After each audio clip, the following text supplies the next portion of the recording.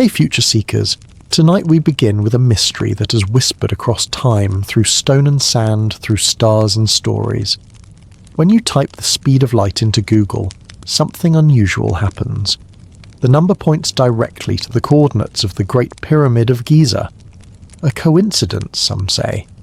But others pause and wonder, could this monument, older than many civilizations, hold secrets far beyond what history books tell us? The Great Pyramid rises from the desert floor, aligned with an accuracy modern engineers still admire. Its sides almost perfectly face true north, better than the Paris Observatory, built with far more advanced tools. Its base is so level that even today laser equipment struggles to match its precision, and the three pyramids together reflect Orion's belt, as if stone and starlight were meant to mirror each other. So, who built these colossal monuments? Were they the work of ancient Egyptians, of a forgotten civilization, or perhaps of something beyond Earth? Before we settle in and begin our peaceful journey, take a moment to like this video and subscribe, only if what I share here truly resonates with you. Your support helps me create more of these stories, and if you feel like it, let me know where you're tuning in from and what time it is. It's always fascinating to see the many corners of the world where we connect. Now, dim the lights, make yourself comfortable, and let's ease into tonight's journey together as we explore the timeless mystery of the pyramids. Chapter 1. A desert of stone and silence. Imagine for a moment the silence of the Giza Plateau thousands of years ago. No bustling city nearby, no highways, no glowing lights on the horizon. Just sand stretching endlessly, the desert wind carrying grains across the land, and the Nile River flowing steady in the distance. Out of this stillness a monument rises, stone upon stone, block upon block, until a geometric mountain stands, perfect in symmetry. The Great Pyramid. For millennia it has stood as though defying time itself. The sheer scale is staggering. Each block averages 2.5 tons, and some weigh up to 70 tons. Over 2 million of them were stacked together, creating a structure that once reached nearly 481 feet into the sky. The tallest human-made structure in the world for more than 3,800 years. But here lies the question: how? If we imagine ourselves in that time, there are no cranes, no bulldozers, no diesel engines. The wheel is known, but not used in this construction. And yet, the pyramid stands, its sides aligned to the cardinal directions, its base nearly flawless, and its chambers constructed with mathematical precision that encodes measurements of the Earth itself. Some scholars believe the Egyptians used sledges and ramps, pouring water over sand to make it firm enough for workers to drag each massive block. Experiments in Japan showed that 18 men could move a 2.5-ton stone with effort. Multiply that by millions, and you can almost see the endless lines of labourers pulling ropes, chanting in rhythm, hauling stones as the desert sun blazed above. Others say the scale is too vast, too precise for manpower alone.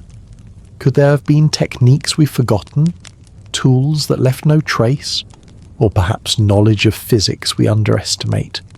In many ways, the pyramid feels less like a tomb and more like a message. Its dimensions are exact, as though inscribed with a code meant for the future. The length of its sides encodes the circumference of the Earth. Its height encodes the distance between the Earth and the Sun, and the 8 subtle sides of its base, visible only during the equinox, suggest an understanding of astronomy and geometry far beyond what we imagine for that time. And so, as we begin this journey, we ask the first and most important question. Were the Egyptians truly the builders of this wonder, or were they inheritors of something older, something forgotten? The desert does not give up its secrets easily.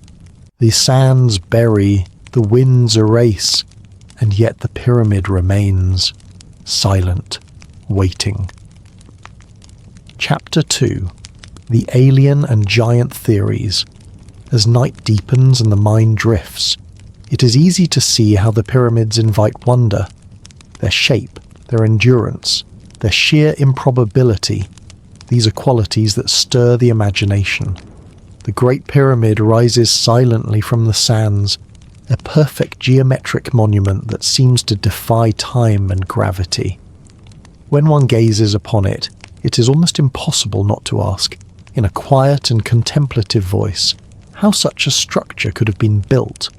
Its precise angles, its flawless alignment with the cardinal directions, the way it mirrors the stars above, all suggest an intelligence at work, a knowledge far beyond what ordinary tools and techniques could achieve. For some, the explanation must lie beyond human hands, and it is here that one of the most fascinating and controversial ideas emerges, that the pyramids may have been created not solely by the Egyptians, but with guidance, or even labour, from beings not of this world. The alien theory begins with a simple observation. The Great Pyramid is not merely a building, it is a cosmic marker. Its alignment with true north is astonishingly precise, so exact that even modern compasses, without the aid of satellites, could not match it. Its placement mirrors the 3 stars of Orion's belt, and its proportions seem to encode planetary measurements, the circumference and radius of the Earth quietly whispered in stone. For those who believe in extraterrestrial influence, this precision raises a quiet, compelling question. How could humans, thousands of years ago, achieve such feats without telescopes, compasses, or advanced mathematics? The answer, they suggest, lies in the stars. Some propose that visitors from other worlds may have come to Earth in ages long before recorded history. These beings, luminous and intelligent, shared knowledge of astronomy, architecture, and energy with early humans. They did not command, they did not enslave, they guided, taught, and inspired. Perhaps the pyramids were built with their assistance, not merely as tombs or ceremonial structures, but as proof of a contact between worlds. In this theory, monuments such as the pyramids, Stonehenge, and the Moai of Easter Island are not isolated marvels, but part of a subtle global pattern, a fingerprint left upon Earth by knowledge from beyond our world. They whisper a quiet story of contact, of guidance, and of inspiration, a story that invites the mind to imagine a universe larger and more mysterious than our daily lives suggest. Picture, then, an ancient night where a soft, strange light illuminates the desert horizon. Perhaps a celestial object moves with purpose, or perhaps a craft hovers silently above the sands. People gather, staring upward, awe in their eyes. From this light emerge beings not fully human, not frightening, but radiant and graceful.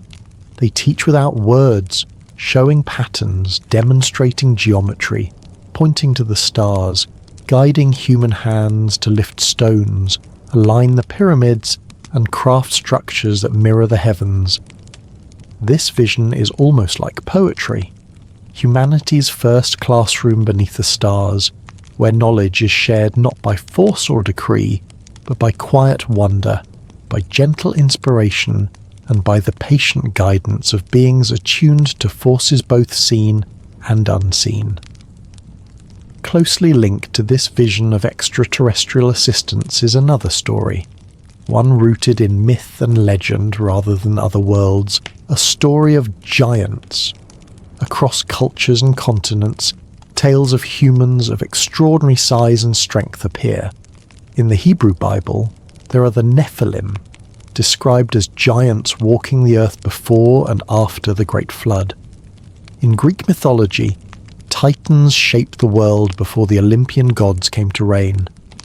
African and Native American traditions speak of colossal humans whose presence inspired awe, and whose strength made the impossible seem natural. Could it be, some wonder, that giants once walked among ordinary humans, performing feats beyond the capability of any normal person? Consider the challenge of pyramid construction. A Japanese experiment showed that 18 men could move a single 2.5-ton block with great effort. Now, imagine the stones of the Great Pyramid, each weighing up to 70 tons, lifted over 300 feet into the air with incredible precision. Even today, modern cranes struggle to achieve such a task. For believers in the giant hypothesis, the answer is simple and elegant. Extraordinary humans, giants in size and strength, carried out the work that ordinary humans could not. It is a quiet and almost dreamlike thought, one that invites the mind to wander into a world where strength, skill, and determination manifest in ways that stretch our imagination and expand our understanding of what might once have been possible. Of course, mainstream archaeology offers a grounded perspective.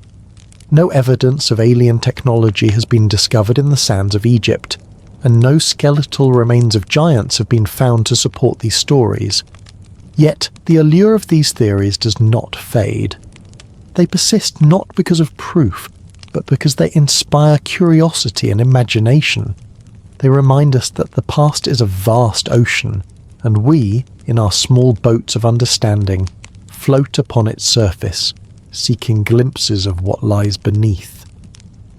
Whether extraterrestrial whispered secrets to early humans, or giants lifted massive stones with ease, or whether these stories are symbolic echoes of lost knowledge, the pyramids continue to invite us to look beyond ourselves, to imagine mysteries that reach far beyond our daily lives, and to marvel at the possibilities of a universe greater than we can fully comprehend. Let us now drift into a story that could have been told beside desert fires thousands of years ago. A group of workers, weary from a long day of labour, sits beneath the stars. The air's cool, carrying the faint scent of stone and sand. Their bodies rest, muscles aching, as they look upward to the heavens where Orion's belt glimmers quietly. One of them points to the stars, his voice soft and reverent. "See how the stones above match the stones we raise," he whispers, the words barely stirring the stillness of the night. Another smiles, a gentle chuckle escaping him. Perhaps it is the gods, or perhaps the ones who come from the stars. They fall into a silence that is rich, expansive, and alive with thought. In that silence, imagination grows louder than words, questions bloom quietly, and the mind wanders into possibilities beyond comprehension. Perhaps, for them as for us, the question matters more than the answer. Who truly placed the design of the heavens upon the earth? And in that quiet reflection, we find a gentle truth. Perhaps the mystery itself, the contemplation, and the wonder it inspires are more important than any explanation we might discover. The pyramids, silent and enduring beneath the vast desert sky, remain a reminder that some mysteries are meant not to be solved, but to guide the mind gently toward awe, curiosity, and quiet reflection. The alien and giant theories are not meant to close the debate, but to open the mind, to allow us to dream as we wonder. As the night continues, so too does our journey, moving from the realm of speculation into the heart of history itself. Because while many dream of otherworldly hands, others argue the truth lies closer to home, in the ingenuity, strength, and determination of the ancient Egyptians. Chapter 3. The Ancient Egyptians and the Mainstream View. Let us drift deeper into the sands of time, where imagination meets evidence, and myth blends with memory. While some whisper of giants and others dream of beings from beyond the stars, many scholars and historians anchor their explanations here, in the hands and minds of the ancient Egyptians themselves. It is a view both humble and extraordinary, for it asks us to look not at the supernatural, but at human will and ingenuity stretched to its limits. The Greek historian Herodotus, travelling centuries after the pyramids were raised, wrote of 400,000 men working in shifts, labouring for decades to bring the monument of Khufu to life.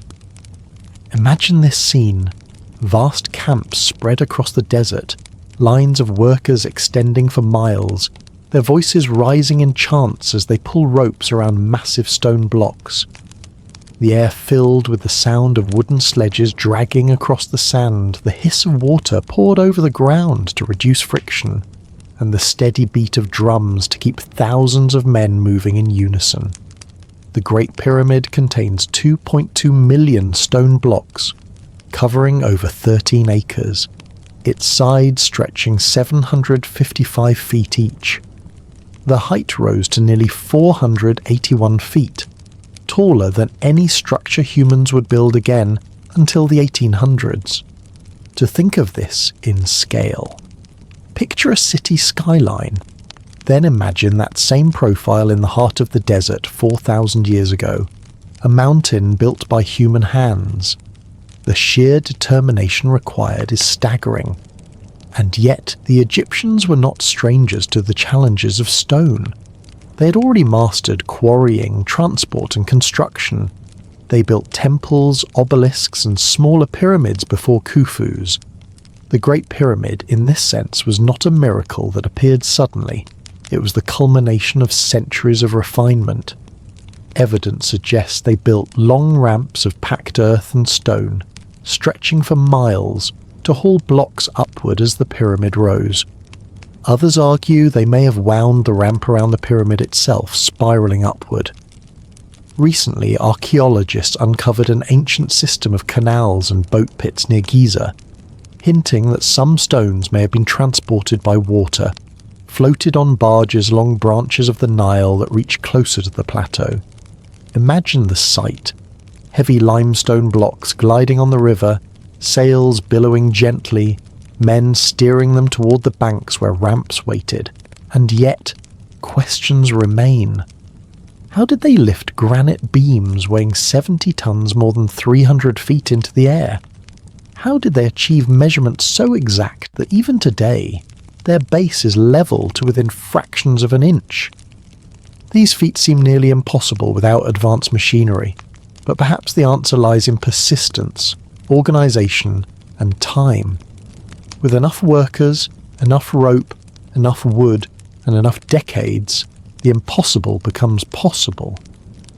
What is perhaps most fascinating is what we do not find. The Great Pyramid, supposedly a tomb, contains no body, no mummy of Khufu, no inscriptions celebrating the afterlife, no paintings or treasures, nothing of the kind we find in the richly decorated tombs of the Valley of the Kings. The chambers inside are bare: stark stone walls, empty sarcophagi, silent passageways. This absence fuels doubt. If the pyramid was truly built for a king, why does it feel more like a machine, a structure designed with purpose beyond burial? The Egyptians left detailed records of their culture, their gods, their ceremonies, their daily lives. Yet for the pyramids, silence. Still, the mainstream view remains steady. The Egyptians, they say, built them. They used tools of copper and stone, sledges and rollers, sweat and coordination. They carved, they dragged, they placed, and they achieved what no one else has since. Their motivation was spiritual as much as practical. To build a pyramid was to connect heaven and earth, to honour the gods, to ensure the eternal journey of their pharaoh. The pyramid was both monument and prayer, a mountain pointing to the stars.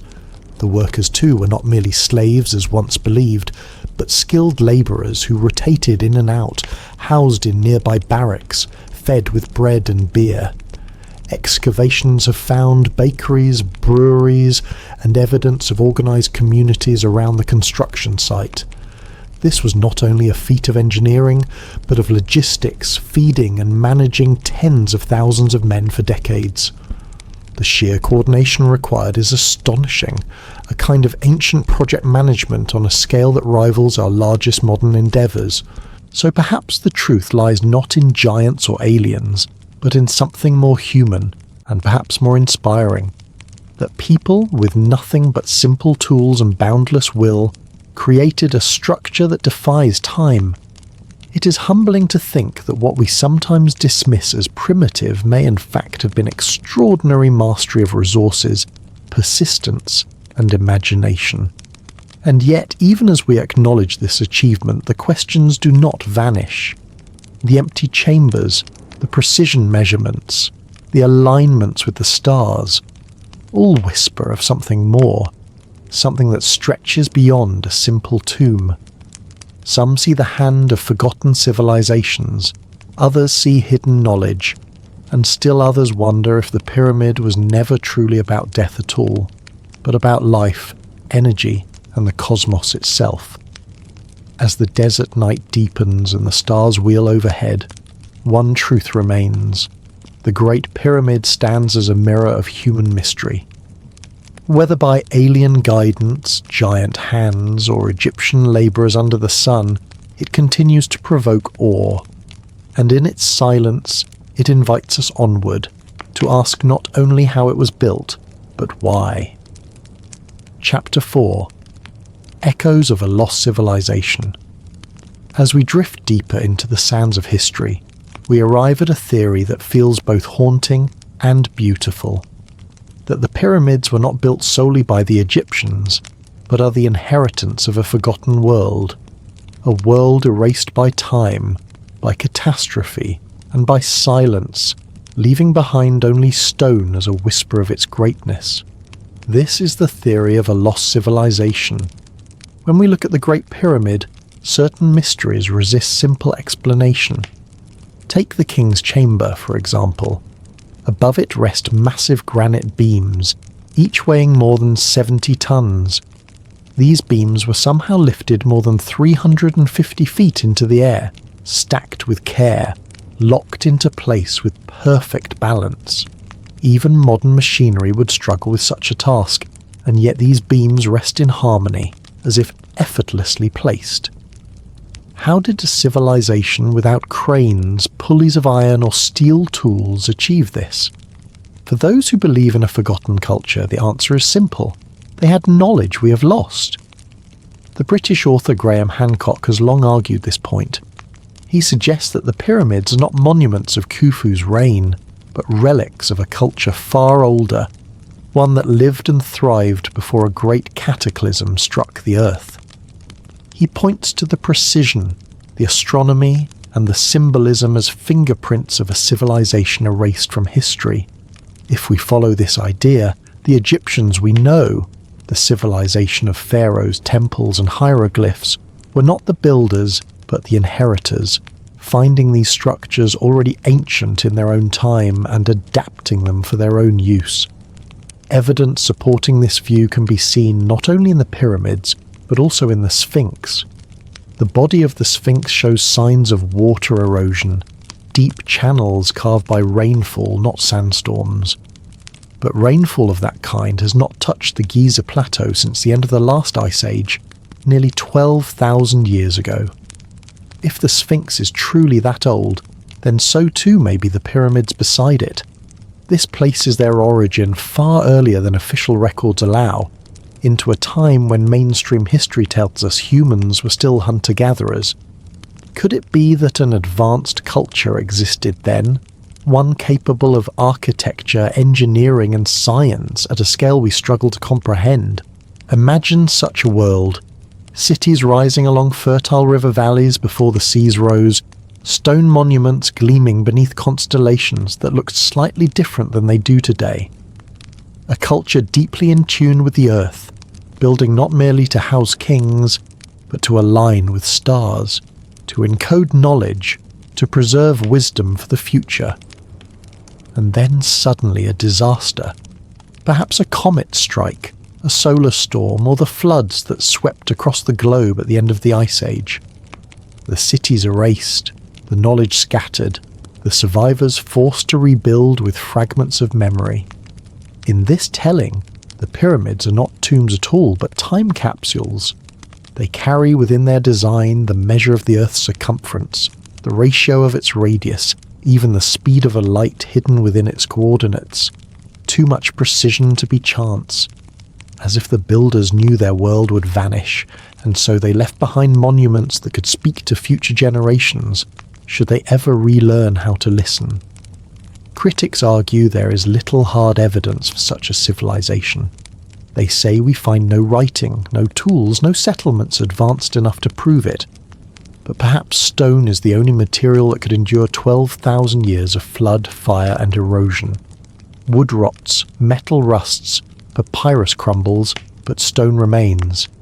And what remains most powerfully on the Giza Plateau is not a story of kings, but of permanence, of precision, of messages too vast to ignore. A gentle story echoes here. Imagine an elder of this forgotten culture walking with his child beneath the night sky.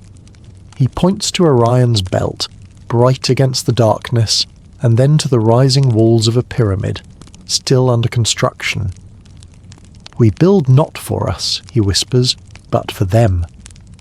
For those who will come when we are gone." The child nods, too young to understand, but already knowing that stone is stronger than memory.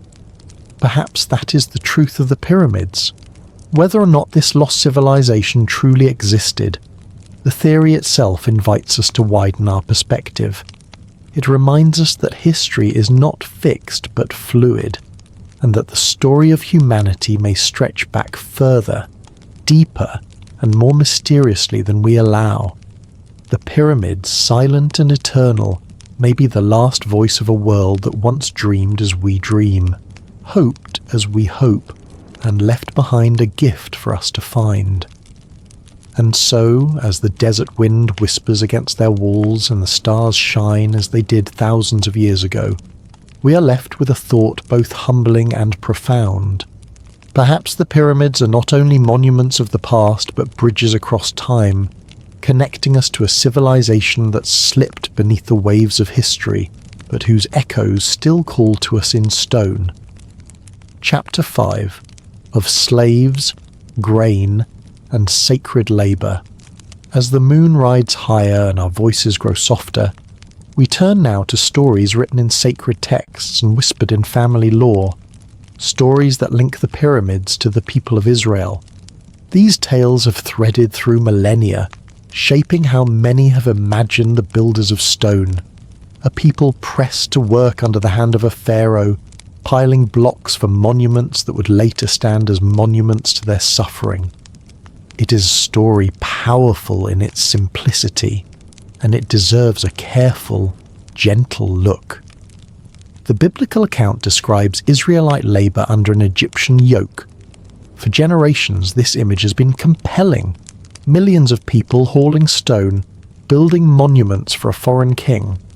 It fits a moral narrative and explains the existence of immense labour forces. Over time, some have tried to place this narrative directly at the feet of the pyramids. The idea that it was the Israelites who moved those millions of stones, turning the Great Pyramid into a symbol of bondage. There are variations within this idea. One thread connects the figure of Joseph, who rose from prisoner to Pharaoh's steward in the Bible, to the pyramids as storage facilities. The story goes like this. Joseph interpreted dreams and advised Pharaoh to save grain during 7 years of plenty, so the country could survive 7 years of famine. Some have suggested, rather fancifully, that the pyramids were not tombs at all but vast granaries, designed to store the nation's harvest for lean years. This notion was given renewed attention in modern times by public figures who pointed to pits and storage facilities at archaeological sites like Saqqara, along with inscriptions referencing food distribution, as possible evidence that stone structures had agricultural functions. Another voice in this conversation is Imhotep, the architect behind the Step Pyramid at Saqqara. He was deified in later ages as a sage and healer, and some observers noticed parallels, an intelligent advisor to a ruler, building grain-related structures and advising on famine. For those inclined towards symbolic readings, Imhotep nods like a figure out of scripture, lending an air of plausibility to the idea that monumental structures could serve multiple civil purposes, including storage or administration. And yet the currents of archaeology and chronology flow in a different direction. The pyramids of Giza, especially the Great Pyramid attributed to Khufu, are dated by a variety of methods to around 2580 to 2560 BCE. The most commonly accepted dates for the Exodus, if one reads certain biblical chronologies literally, place it much later, across a wide range of scholarly estimates, often in the 2nd millennium BCE. That gap produces a tension that is hard to reconcile. The time when the pyramids were built does not comfortably overlap with the most likely dates for large-scale Israelite presence in Egypt. Put gently, the math of time is stubborn. Archaeological evidence has also shifted the story away from the image of endless slave labour. Excavations have revealed the remains of well-fed, organised work crews near the plateau, bakeries, breweries and dormitory-like barracks. Graffiti left by workers' gangs, with names and markings, suggests pride and identity rather than anonymous slavery. Tombs of skilled labourers were found, given proper burials and honours that would be unlikely for a permanently enslaved workforce. These discoveries invite a new picture, one of rotating labour, specialised craftsmen, and a society capable of mobilising and sustaining large construction projects through complex logistics, not merely through coercion. The grain storage idea, while poetic, encounters practical difficulties when applied to the Great Pyramid itself. Its internal layout, narrow passages, steep descending corridors, and chambers sealed with massive stones, does not resemble a functional granary. Grain needs ventilation, access, and protection from moisture and pests. A sealed stone labyrinth is the opposite of an ideal storage house. However, the existence of genuine granaries and storage pits in other parts of ancient Egypt is well attested, and this truth may have seeded the metaphor that somehow reached modern imaginations. In other words, the people of ancient Egypt certainly stored grain, just probably not inside the king's chamber. Where then does this leave the story of the Israelites and the pyramids? Perhaps best understood as a convergence of memory, metaphor, and moral narrative. The Exodus story is a central defining myth for a people, filled with moral meaning and national identity. It may well echo real experiences of hard labour, foreign rule and migration, but to anchor those memories to the massive, precise work of the Giza Plateau is to reach across millennia and interpret the archaeological record through the prism of later texts. There is also a more delicate historical possibility.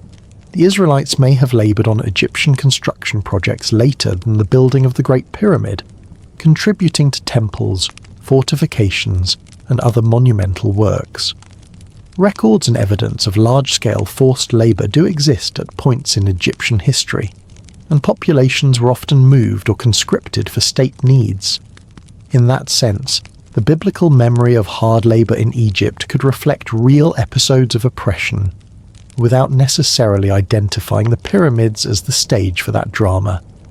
Allow yourself for a moment to imagine a quiet scene, a family in low light, a father returning from a day of back-breaking work on some distant state project, bringing a small portion of bread. Around their table, a child asks about the enormous stones they heard about in tales. The father, tired and tender, says little, but later in the night he tells tales that pass into song.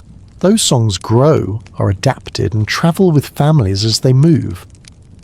Over generations, the memory swells into myth. The myth becomes scripture, and the scripture becomes the lens through which future generations look back. Memory softens and magnifies at once. Ultimately, the link between the Israelites and the pyramids is a story that illuminates more about human memory the need for meaningful narratives, and the moral force of myth than it does about stone-lifting techniques. It reminds us that ancient monuments are not only archaeological structures but also canvases upon which peoples paint their histories and hopes. So as we rest deeper into the night, the whispered truths remain. The pyramids might not be the warehouses of Joseph, and they probably were not built by enslaved Israelites hauling every block.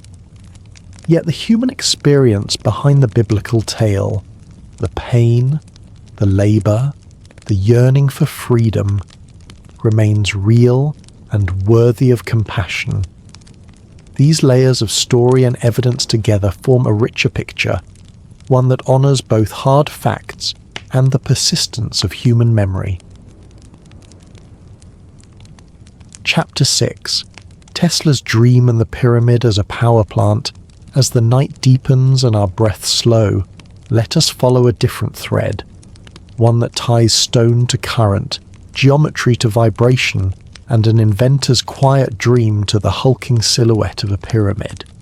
This is a chapter about possibility, about how curious minds see patterns and ask what if.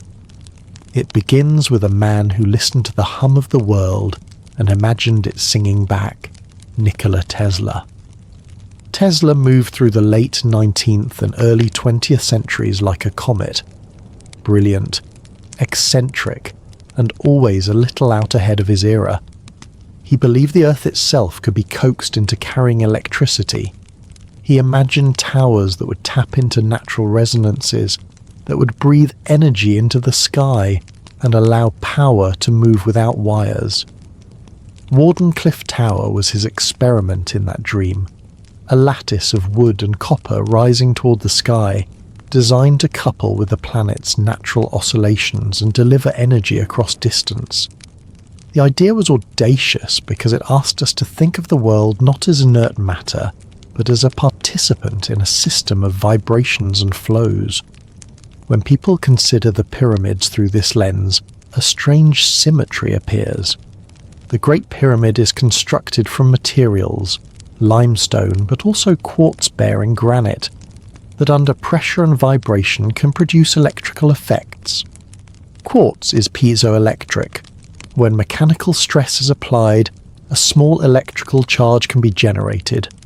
Granite too contains minerals that can release electrons when vibrated. These physical properties are not mystical.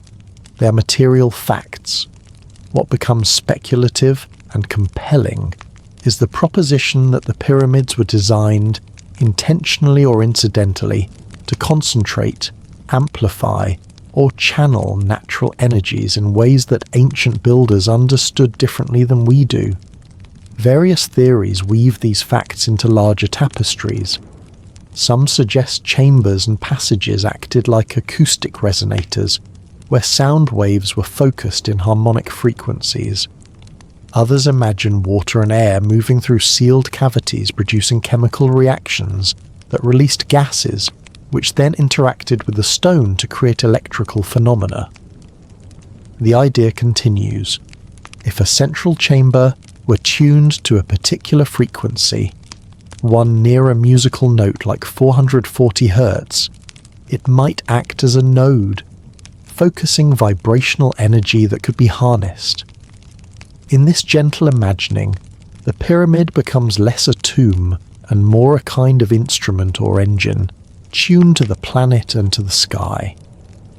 In the early 20th century, Tesla's Wardenclyffe attempted something similar on a modern scale, harnessing Earth's resonance to transmit power. His backers expected profits, and his detractors saw fantasy. Funding was withdrawn, and the tower was dismantled. Over time, narratives grew. A brilliant inventor undone by the practicalities of finance, a visionary whose work was sidelined by those with different interests. Some suggest large industrial forces opposed free energy because it threatened established profit models.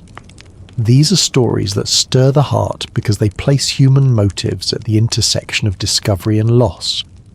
Modern experiments and measurements add texture to the speculation. When researchers vibrate certain stones or expose them to electromagnetic fields, small but measurable effects occur. Some studies show that pyramid shapes can concentrate electromagnetic energy in laboratory settings. Other work demonstrates that quartz and granite will release electrons when vibrated. Taken together, these findings do not prove that the Great Pyramid was an ancient power plant, but they make the hypothesis less impossible and more intriguing. Physical materials with certain properties, arranged with astonishing precision, could interact with natural phenomena in ways early engineers might have observed and used. If you imagine Tesla standing on the Giza plateau, his tall figure bent to study the slopes, his mind mapping waves and circuits across stone and sand, you see the continuity of human curiosity. The inventor's dream of wireless transmission echoes the older dream embedded in stone, to connect, to sustain, and perhaps to transcend ordinary constraints. It is tempting to imagine that knowledge can leap across ages, an insight lost in a collapse, rediscovered by a lone genius centuries later. But history rarely follows such neat arcs. More often, ideas re-emerge in new forms, shaped by new materials and new social contexts. There are also darker threads in this weave. The idea that knowledge of free, abundant energy was suppressed after Tesla's death is a persistent narrative. Files and papers were lost or held, and financial motives did shape which technologies were developed and which were abandoned. Whether this represents organized suppression or the many small failures of human institutions is a matter for historians and careful researchers. For our purposes tonight, such stories function as reminders that technology and power are always entangled with politics, with money, and with fragile human hopes. Allow your mind to drift on a softer image. Picture the pyramid at dusk, its stones releasing the last day's warmth, a light wind passing over its faces. In the hush, suppose the stone hums a single low tone, imperceptible yet present. Imagine the earth answering with a faint counternote. Between these two, in that thin resonant space, a notion forms that human beings have always listened for patterns, and when they find one, they build. Sometimes those builds last for millennia. Sometimes they are more ephemeral. Either way, the dreaming continues. As we rest on this idea, remember that hypothesis and wonder are not the same as proof. The pyramid as power plant remains a bold and beautiful possibility that inspires experiments, conversations, and fresh ways to read the past. Whether or not the Great Pyramid once hummed like a condenser or powered a lost grid, the image of people seeking harmony with the earth, and of inventors like Tesla attempting to restore that harmony in new forms, is quietly consoling. It tells us that curiosity, persistent, precise, and patient, can reach across centuries and suggest new approaches to old problems. Chapter 7: Modern Science, Tests, and the Weight of Evidence.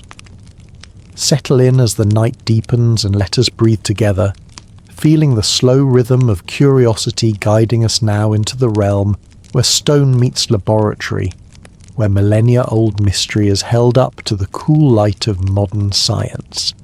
In this chapter, we will walk gently through the evidence that scholars, engineers, and experimental researchers have gathered over recent decades. We will look at the tools of dating and discovery, the little notebooks and broken pots that anchor grand claims to time, and the experiments that probe whether a pyramid can act as more than a monument, whether its shape and materials might interact with the physical world in ways that surprise us. Start with something quietly remarkable. In the last century, archaeologists have moved from merely measuring walls to reading fragments of human activity. Potsherds, ropes, graffiti scratched in stone. These small things form an archive. In the sands near Giza, archaeologists uncovered the remains of workers' villages, bakeries where loaves were baked in bulk, bone pits signalling large communal meals, and dormitory structures that housed the men who laboured on the plateau. These finds changed the tone of the debate. They suggested that construction was organised, that people rotated in crews, and that building was a social enterprise rather than only a system of forced labour. Moreover, in the early 21st century, lost papyrus scrolls were rediscovered in Wadi al-Jarf, logbooks from a man named Merah, who recorded moving limestone from the Tura quarries to Giza. That mundane detail, boats on the Nile, timetables, references to the pharaoh's building program, reads like a quiet human ledger that ties the Great Pyramid to a historical project under Khufu. The presence of such administrative records gives weight to the mainstream view. These stones were not moved by mythic giants or extraterrestrials, but by people marshalled by a state with the capacity to plan and provision at scale. Yet scientific inquiry moves beyond records into the matter itself. Stones speak in ways human handwriting does not. Modern materials science examines the chemistry and physics of limestone and granite. We know that quartz-bearing stone can produce small electrical charges when stressed, a property known as piezoelectricity. Granite, which forms the inner chambers and some structural elements of the Great Pyramid, contains such minerals. Laboratory tests have shown that under controlled vibration, certain granites can produce measurable electron emissions. This does not by itself confirm an ancient power grid. What it does do is remove a piece of automatic dismissal. The materials have properties that, if ancient builders recognized them through long observation or experimental practice, could be employed in meaningful ways. Beyond mineral properties, controlled experiments have tested the peculiar claims about geometry. In laboratory settings and in scaled models, researchers have explored whether a pyramidal shape can concentrate electromagnetic energy or create microclimatic effects. Some experiments indicate that certain geometric forms can alter the distribution of standing waves, focusing energy at nodal points. Again, this does not prove an ancient energy plant, but it makes the idea less fanciful than it might once have seemed. When you combine materials that can respond to stress with shapes that can localize waves, a sensitive and precise civilization could, in principle, notice patterns and exploit them, even without the mathematical formalism we use today. Despite these intriguing possibilities, rigorous dating methods anchor the pyramids fairly securely in the era of the Old Kingdom. Archaeologists use multiple approaches: stratigraphy to understand layered deposits, typology of pottery styles to place artifacts in relative chronology, and absolute methods such as radiocarbon dating on organic materials found in association with construction layers. When multiple lines converge, a consistent picture forms. The Great Pyramid sits in the reign of Khufu in the 4th dynasty, around 2600 BCE. The Merah logs, the workers' graffiti found in quarries and on some blocks, and the context of funerary culture all converge to place the major building activity firmly within that window. This is important. The existence of an advanced, lost civilization, older by many millennia, would need to be supported by equally strong, consistent data. And that is where mainstream archaeology remains cautious. A notable voice in the technical conversation is the internal ramp hypothesis. This engineering idea suggests that rather than a single gigantic external ramp, the builders used an internal spiral ramp poured into the structure as the pyramid rose, or a combination of external and internal ramps, levering, and precise counterweighting. Computer models and structural analyses suggest such methods could dramatically reduce the amount of labour and material required, and explain how heavy granite beams were moved into place. The internal ramp idea is elegant because it fits observed construction marks and the geometry of the monument without invoking unknown machines. Yet it remains a hypothesis, powerful and plausible, but not definitively proven without the smoking gun of preserved ramp remains. Then there is the matter of the Sphinx and the question of erosion. Some researchers point to deep weathering patterns on the Sphinx that, they argue, result from long-term rainfall, which would require a much earlier date than the conventional timeline. Other specialists counter that salt crystallization and wind-carved sand can explain these features without remote antiquity. The debate is technical and slow-moving, and it is a good example of how single pieces of evidence can be read in multiple ways. Science proceeds by testing interpretations, by proposing experiments and looking for data that would disconfirm as well as confirm. All of these threads, materials science, laboratory models, administrative papyri, excavation of workers' towns, radiocarbon dates, and structural engineering theories, form a tapestry. Some parts glimmer with possibility, others are woven tightly with conservative conclusions.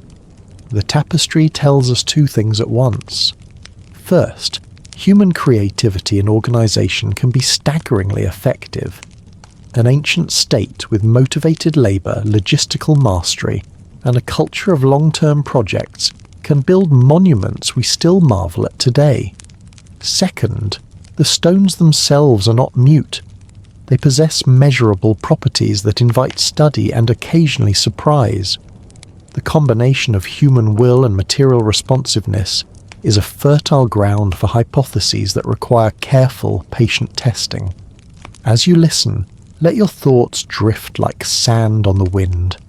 Consider the quiet humility of scholarship, how experts test their own conclusions and invite revision. Consider too the romance of speculation, how an idea about resonant stones or forgotten technology expands the imagination. Both impulses are part of how humans learn. Measured skepticism grounded in evidence, and playful curiosity that reaches into the unknown. In the hush of the desert night, the Great Pyramid remains both a historical anchor and an experimental stage. Modern science has illuminated many pathways, bringing clarity to some questions and revealing new ones in return.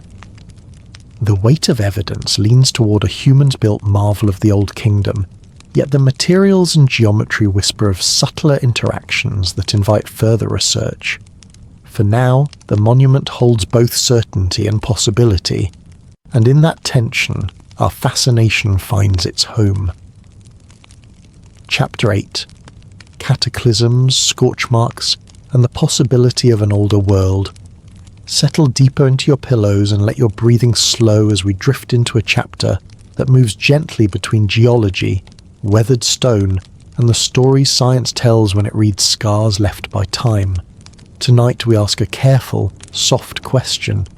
Could the pyramids and the Sphinx be relics of an age far older than we usually imagine?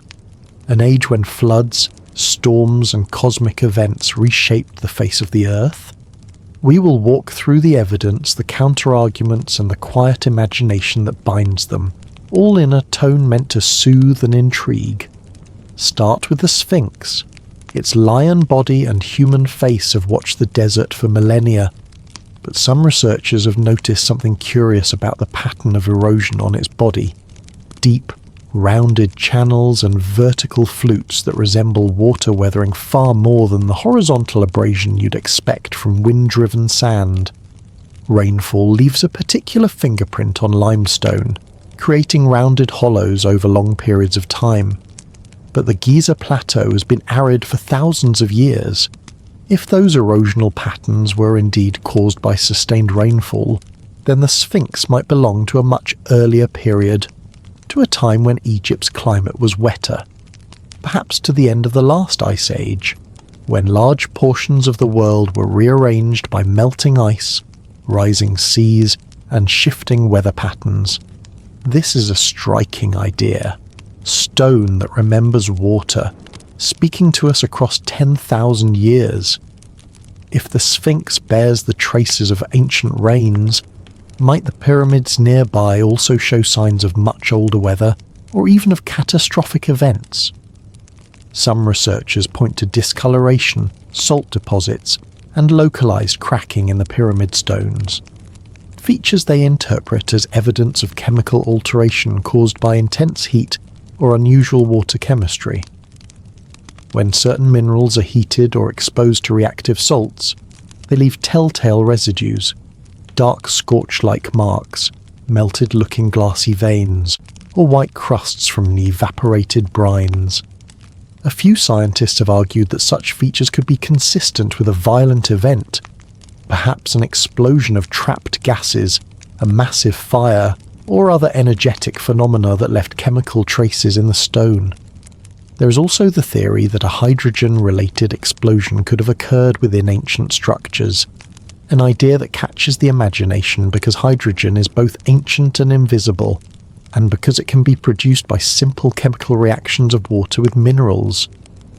If rising groundwater interacted with certain rocks and created hydrogen pockets that later ignited, an internal blast could explain cracks, displaced stones, and odd scorched surfaces that look like they were not formed by ordinary wind erosion. Some researchers see patterns consistent with such an event. Fractured stones that look blown outward, not worn inward, an architecture of sudden force rather than gradual weathering. Yet the scientific method asks us to be cautious. The same kinds of marks, salt efflorescence, wind-driven sand abrasion, and centuries of microclimate changes can mimic the look of more dramatic processes. Salt crystals form when groundwater evaporates from porous limestone, and as those crystals grow, they exert pressure that flakes stone away. This process, known as salt weathering, can create pitting and scaling that might look, from a distance, like ancient waterwork or heat damage. Similarly, the accumulation of pollutants, changes in groundwater chemistry due to irrigation, or even centuries of human activity can leave traces that complicate interpretation. Careful sampling, lab work, and comparative studies are needed to separate ordinary processes from extraordinary claims. Dating is where the conversation becomes both technical and tender. Radiocarbon dating on organic material, charcoal, plant fibers, or wooden beams found in sealed contexts gives us windows into when humans were active around a site. Thermoluminescence and optically stimulated luminescence on sediments can tell us when a layer was last exposed to light or heat. When multiple methods converge, a confident chronology emerges. For the Giza complex, many lines of evidence cluster in the Old Kingdom era of Egypt, around 2600 BCE. Yet other indicators, like the weathering patterns of the Sphinx, suggest potential earlier episodes of exposure to significant rainfall. Reconciling these data points is an ongoing, sometimes slow process that requires patience and many careful measurements. One evocative proposal links these observations to the end of the Ice Age, around 11,700 to 9,700 BCE. A time when glaciers melted, sea levels rose, and global climates shifted. Some researchers suggest that rapidly rising seas or cometary impacts could have generated massive floods and atmospheric upheaval, events violent enough to erase coastal settlements, scramble timelines, and even reset regional civilizations. The idea that such a cataclysm might have destroyed an advanced culture, and that survivors later adapted or repurposed their ancestors' monuments, resonates deeply because it speaks to the fragility of knowledge and the persistence of stone. It is a poetic way of thinking about loss, whole bodies of practical know-how submerged, leaving only monolithic structures as hints. But this is where balance is essential. Extraordinary claims require extraordinary evidence. To move the chronology of the pyramids back by thousands of years would require a clear, unambiguous line of dated material in situ, organic remains, tool marks, or human artifacts that can be reliably tied to those older epochs. So far, the mainstream archaeological record provides stronger signals for construction during the Old Kingdom. The Mera papyri, The workers' villages, pottery styles, and inscriptional context all speak to a vibrant construction program within the historical Egyptian framework. That does not make the water erosion observations irrelevant. It simply means the scientific conversation must continue with open minds and rigorous testing. Allow yourself to drift into a short, soft story. Imagine a coastal city at the end of an age. People harvesting grain, children playing near the water, priests watching the stars. Then the seas creep in over decades, or a sudden storm changes coastlines overnight. Families move inland, traditions shift, and the survivors carry with them fragments of architecture and ritual. They arrive in a new place and find massive stones half buried in sand, wonders whose builders they do not remember. They reuse, they revere, and they build stories into the stone where there was only engineering before. Over generations, memory and myth weave together, and the origin of the stones becomes a riddle told around household fires. In the hush of this chapter we hold two things: the patient work of science that seeks datable signals and controlled explanations, and the human instinct to read meaning into ruin. Both impulses are part of our curiosity. While some evidence suggests older climatic events left marks on the landscape, the preponderance of archaeological data still locates the major pyramid building projects in the age of Khufu and his contemporaries. Yet the Sphinx's weathering and localized chemical traces remain invitations to test, to sample, to measure with ever better tools, so that the story might be refined. As you breathe slowly now, let the mystery of conflicting evidence be a gentle lullaby rather than a source of frustration. The past is not a fixed photograph, but a slowly developing image, revealed one careful test at a time. The possibility of ancient cataclysms reshaping human history is both humbling and consoling. Humbling because it reminds us of nature's power, consoling because it offers a narrative of resilience, of people who survived, adapted, and carried forward fragments of their world into new ages. Chapter 9: Sacred Geometry, Numbers Carved in Stone. Breathe slowly and let your eyes soften. Tonight we move into a quieter room of the pyramid's mystery, a room filled with ratios, angles, and the human hunger to find order in the cosmos. Here we will trace how numbers and geometry whisper through the stone, suggesting that the builders encoded not only skill but meaning, measurements that seem to translate the earth and sky into stone. We will take our time, feeling each idea like a gentle pebble dropped into a still pool, watching the ripples expand outward. From the first glance, the Great Pyramid reads like a geometric poem. Its base is a near-perfect square, its sides aligned with remarkable fidelity to the cardinal directions, and its slopes set to form precise angles that govern the relationship between height and base. Over centuries, many observers have noticed that certain proportions, ratios between height and perimeter, the slope angles and slight irregularities, repeat with a mathematical regularity that invites interpretation. Some see elegance and symbolism, others see practical engineering choices.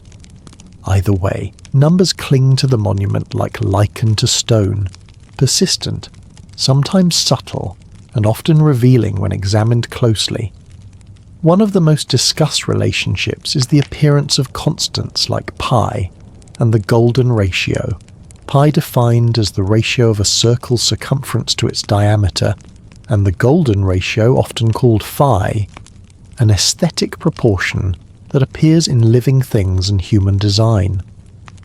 When you compare the pyramid's base perimeter to its height, some calculations find a close match to the ratio that defines a circle's circumference divided by diameter, that is, a reflection of pi. Others note that the slope and internal dimensions hint at phi in places, a proportion associated with aesthetically pleasing forms. These are not definitive proofs, and caution is wise.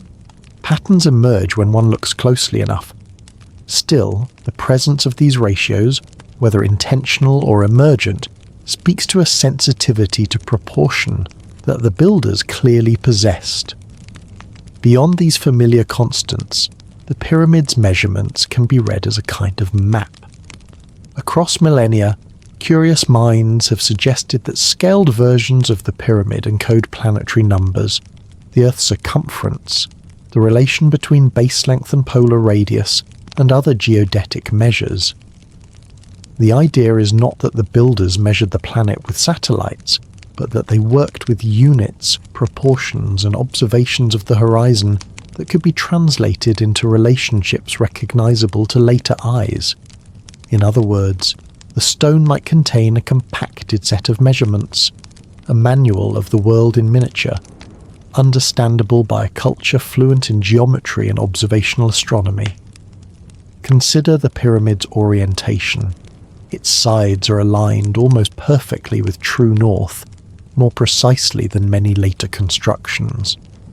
Achieving such alignment without a magnetic compass requires skillful observation, tracking the night sky, watching circumpolar stars, and using shadows to define directions. This is an act of patient astronomy, a community watching the heavens over many nights, noting how stars return and align, and using that knowledge to orient their monuments. The alignment is not mere vanity. It is a statement that the builders were connecting their construction to the broader mechanics of the sky. There is also the curious fact of the pyramid's faint eight-sidedness. At certain times, such as the equinox, a subtle concavity appears on its faces, effectively producing 8 planes instead of 4. Some see in this an intentional design to mark solar events. Others argue that it is a byproduct of construction technique. Nevertheless, the phenomenon underlines that the monument's geometry is not static. Its appearance changes with light and season, and in those changes it can be read like a slow mechanism, turning with the cycles of the heavens. Astronomy enters the conversation again when we consider stellar alignments. The 3 main pyramids of Giza line up in a pattern that has long been compared to Orion's belt. For those who read symbolism into stone, the match is meaningful. Orion, associated with the god Osiris in Egyptian cosmology, becomes a celestial counterpart to the pharaoh's earthly monuments. Whether the match is coincidental or deliberate, the pattern suggests that the builders were keen observers of the night sky, and that they sought to place their work within the cosmological landscape of myth, ritual, and seasonal renewal. Mathematics does not stop at grand constants. Smaller details hint at counting systems, unit choices, and practical geometry. The ancient Egyptians used a cubit as a primary unit of measure. Squared-off lengths, consistent angles, and repeated modular design suggest a workshop culture that prized repeatability. Craftsmen could transfer measurements from quarry to site, from plan to stone, and in doing so, inscribe a human system of standards into each block. Imagine an architect's voice, steady and low, giving instructions. Mark 2 cubits from the edge, cut to this slope, check the squareness with the plumb. These small rituals of measurement create the monument's grand proportions. Why do people read so much into numbers? Part of the answer is psychological. We are pattern-seeking creatures, and order comforts us. Another part is symbolic. Societies often inscribe meaning into geometry. Circles for eternity, squares for earth, alignments for the divine. The pyramids, then, can be read not only as engineering projects, but as statements about place and permanence. They encode a worldview in which the ruler, the land, and the sky form a single coherent system. We should also consider the practical side of geometry. Precision helps structures last. A level base spreads weight evenly. Exact angles avoid collapse. Careful placement reduces stress in internal chambers. Some of the pyramid's apparent mathematical sophistication could therefore be explained as evolved best practice, an ancient version of engineering standards developed from experience and transmitted across generations. In this view, geometry is both symbolic language and practical toolkit. At the same time, some of the numerological claims stretch into the poetic. Coordinates that match constants, encodings of Earth measurements, and intriguing coincidences like the speed of light anecdote you mentioned earlier. Here, humility is wise.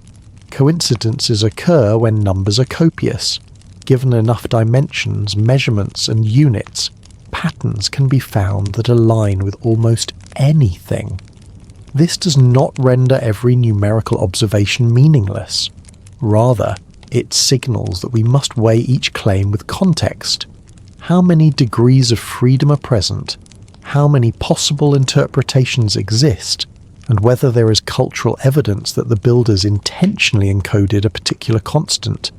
Let us drift into a small tale to hold these ideas in a calmer light. Picture a master mason and his apprentice one evening. Lanterns low, stars bright above. The master traces a circle in the sand and then a line across the dunes, teaching the apprentice how the horizon shifts with seasons, and how a shadow's length can reveal the day's angle. Numbers, he says softly, are our way of keeping the sky honest. They remind us when the flood will come, when the seeds must be sown, and where the pharaoh's house will point to the stars. The apprentice learns not only the tradesman's skill, but the symbolic language behind each measurement. In that exchange, numbers become cultural memory, embedded in building, ritual, and the songs that pass from hand to hand. As you listen, notice how geometry binds the human and the cosmic. Measuring makes the world legible. Aligning makes it meaningful. Whether the pyramid's numbers were intended as a technical manual, a ritual text, or an aesthetic choice, they reveal a culture that thought deeply in scales, small and large, stone and sky. The monument becomes a map of relationships, human labour organised into form, the earth measured into proportion, and the heavens echoed in stone. In the end, sacred geometry is as much about perception as precision. It invites us to recognise the human impulse to turn the chaotic into the ordered, to translate experience into units that can be passed forward. The pyramids, then, are not just feats of lifting stone, they're acts of translation, turning lived knowledge of stars, floods, and seasons into a language that could survive centuries of silence. Chapter 10. The Pyramid Power Plant. Materials, mechanics, and the music of stone. Breathe in slowly, exhale, and let the steady hush of the night carry you forward as we enter a chapter that listens closely to stone. Tonight we follow a careful question. If the Great Pyramid was more than a tomb, if its builders tuned it in some way to the world around it, then how might that have worked in practice? We will walk gently through the elements that make this idea plausible to some, materials that respond to vibration, chambers that shape sound, water moving like a hidden river through rock, and also the reasons scientists remain cautious. The path is part lab bench, part poetic imagining, and every step will be slow and clear. Begin with the stone itself. The pyramid is not made of a single uniform rock. The outer casing was once bright Tura limestone, quarried and transported with care. Inside, especially in the king's chamber and sections of the internal structure, lie granite blocks rich in quartz and other minerals. Quartz is a material that does something quiet and interesting when pressed or vibrated. It generates small electrical charges. This property, piezoelectricity, is a simple measurable effect. Granite too contains minerals that release electrons under stress. These are not miracles. They are properties you can test in a laboratory.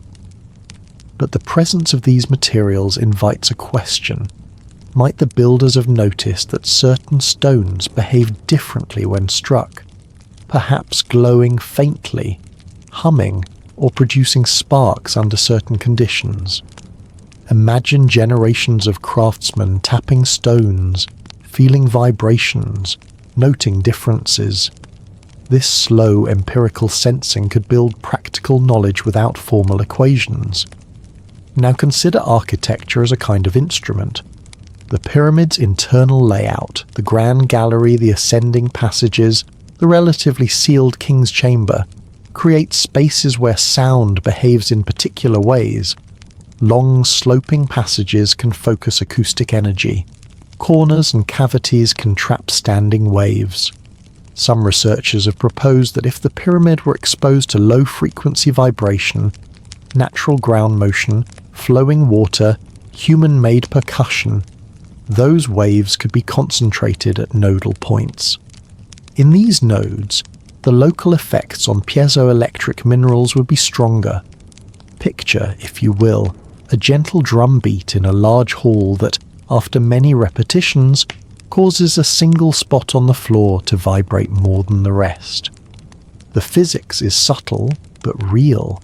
Geometry determines how waves travel. Water adds another layer. The Nile and its canals were the lifeblood of ancient Egypt.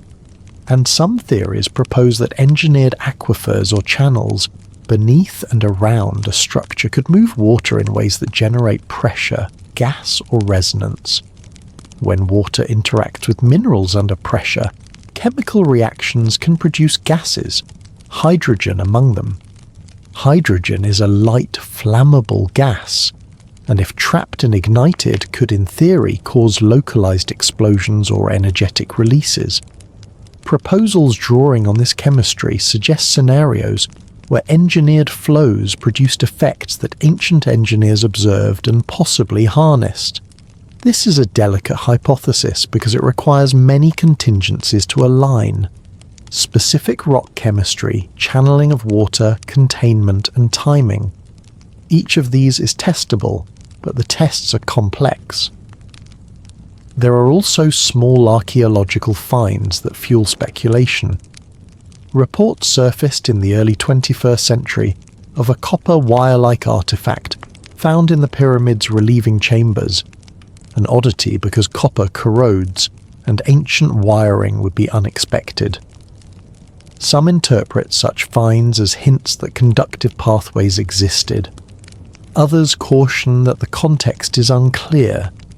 Copper was used widely across ancient Egypt for tools and decorative items, and a single artifact does not prove an electrical grid.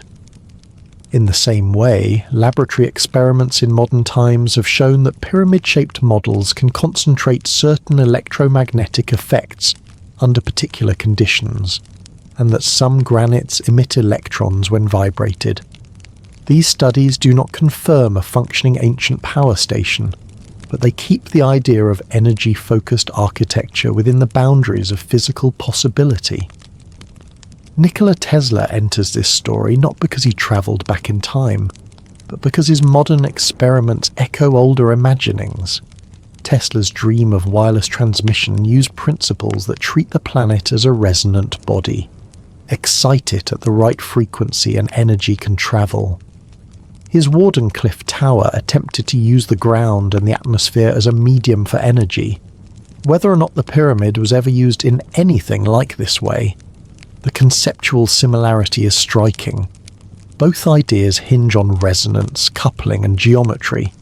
Where Tesla had copper coils, dynamos, and the equations of electromagnetism, an ancient builder would have had stone, water, and long observation. Different tools, similar curiosities. It is important to tread gently here with skepticism and method. The jump from materials have responsive properties to the pyramid was a deliberate power plant is large. For that claim to stand, we would need clear archaeological evidence of intent, tooling and installations that indicate energy harnessing, repeated artifacts that suggest wiring or storage, sealed channels designed for fluid-mediated reactions, and unambiguous chemical signatures tied to operation.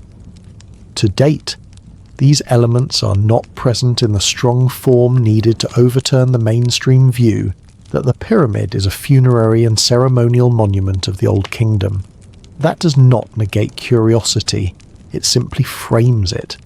Scientists are drawn to testable hypotheses, and many of the intriguing claims about pyramid energetics are being approached with experiments precisely because they are testable.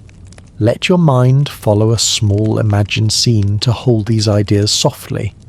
Picture a sandstone workshop one evening. A mason taps a slab and notices a faint spark when it strikes a particular vein of stone. He takes note, mentions it to an elder, and over decades the craft masters teach apprentices where to place certain stones to catch the wind or the river's pulse. Elsewhere, a ritualist listens to the way a chant reverberates down a passage and marks the place where the sound rings most clearly. Over generations, these practical observations accumulate into patterned practice. Whether those patterns add up to a functioning power grid or a sophisticated ritual technology is a question that invites both lab work and imagination. For retention and wonder, consider this. Science often advances by returning to old questions with new tools. What seemed fanciful in one age becomes testable in another. Experiments that measure microelectric currents, careful chemical analyses of trapped salts, 3D acoustic modelling, and ground-penetrating radar can all bring fresh data to ancient hypotheses. Each new measurement can either close a possibility or shine a light on an unexpected corner. So as you relax now, hold both ideas lightly. The pyramid as a monument of human devotion and engineering, and the pyramid as a structure with material properties that might interact with the environment in surprising ways. Both readings enrich our sense of what past people noticed, how they learned, and how knowledge can be encoded in stone. The questions remain open, inviting patient inquiry rather than sudden certainty. Chapter 11. Secrets, Suppression, and the Slow Politics of Invention. Breathe in slowly and let your shoulders drop as we settle into another quiet chapter. Tonight we follow a gentle but persistent thread that ties invention to money, to reputation, and to the small decisions that shape which ideas flourish and which quietly fade away. We will look at Nikola Tesla again, at Wardenclyffe and vanished papers, and at a larger, calmer question: how does society choose which technologies to keep, which to shelve, and which to forget?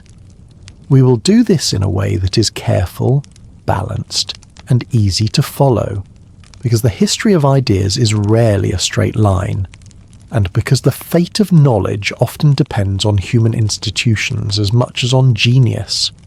Think of an invention like a seed. For a seed to grow into a tree, you need more than good genetics. You need soil, water, sunlight, and the absence of destructive forces. In technology, soil and water are people and institutions, patrons, funders, legal systems, manufacturing capacity, and the markets that buy what is made. Tesla's life provides a good, gentle mirror for this truth. He had ideas that were often decades ahead of their time, visions of wireless transmission, of tapping the earth itself as a medium for energy. He also lived in a world of investors, banks, and rivals, people who expected returns, who judged ideas by whether they could be turned into profit within a manageable time frame. Wardenclyffe was Tesla's great practical experiment in this dream.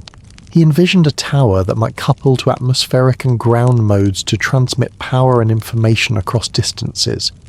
He attracted interest and some funding, but the resources required ballooned as the project's scale and novelty became clear. One investor who initially engaged with Tesla later retreated when the economic model remained uncertain. There are many ways to explain that retreat: simple financial caution, disappointment in early results, and the pressures investors face when risk grows beyond what they anticipated. Over time, narratives grew that framed this retreat as deliberate suppression by powerful interests who feared the disruptive impact of free, wireless power. These narratives are compelling because they speak to a deep human theme, that entrenched systems resist changes that threaten their foundations. It's important to be precise about what historians can support and where speculation begins. Financial withdrawal, failed ventures, and competitive patent battles are documented facts in many histories of innovation. Large companies and investors have, in many eras, chosen to back technologies that fit their portfolios and to withdraw from those they judge too risky. Patent litigation, public, drawn out, and often bitter, has also shaped which inventions find markets. Yet drawing a straight line from those ordinary market processes to an organized conspiracy to suppress a specific technology requires evidence beyond financial decisions and disappointed inventors. Where evidence is thin, it is kinder to say that motives are complex and mixed.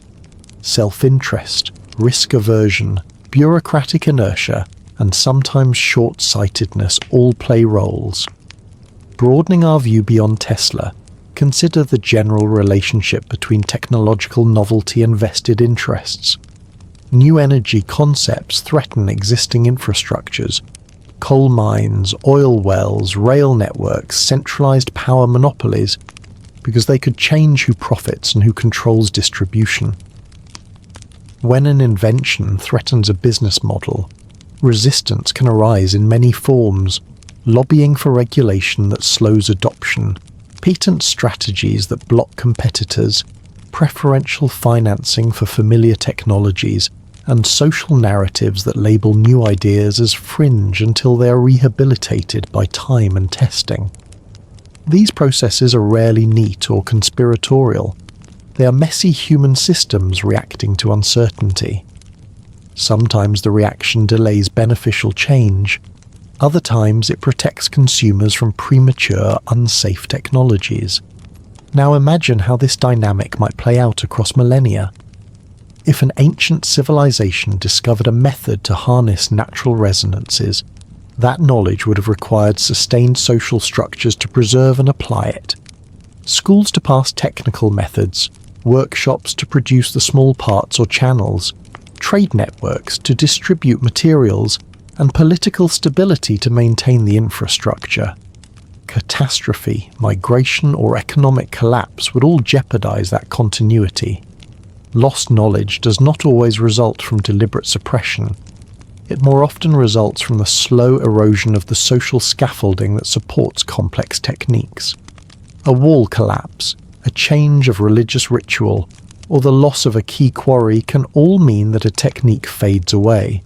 In this gentle light, the parallel between Tesla's modern struggles and ancient loss is not that someone actively burned blueprints, but that fragile systems can fail when the conditions supporting them change.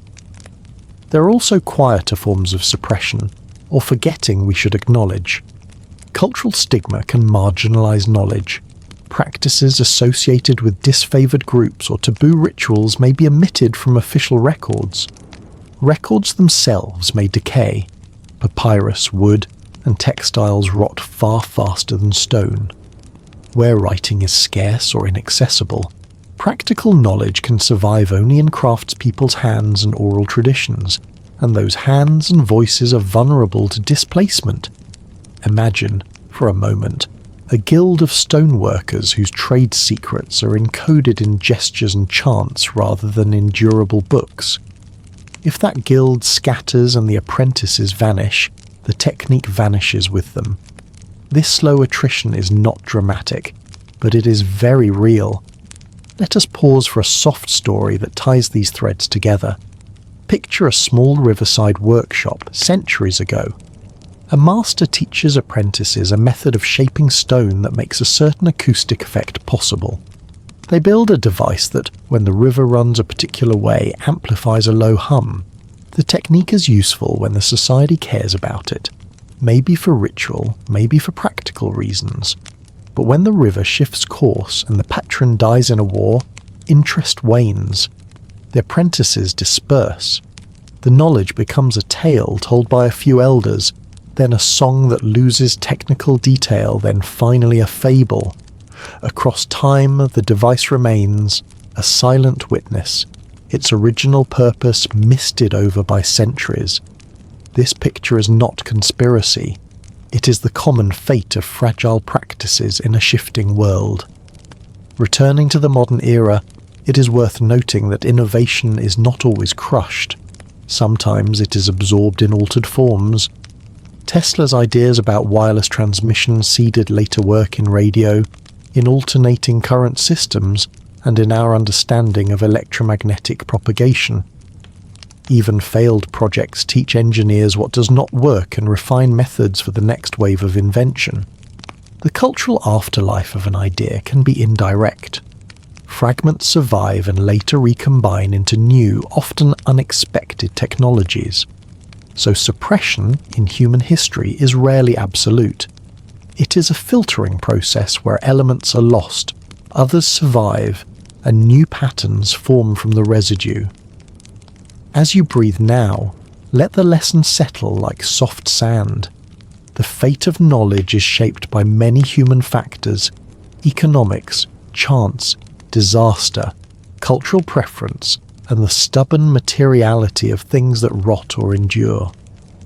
The stories that claim deliberate, organised suppression of energy technologies are powerful and often emotionally satisfying. But we must balance them with an understanding of how ordinary institutional dynamics and environmental change also produce loss. Both kinds of narratives can coexist.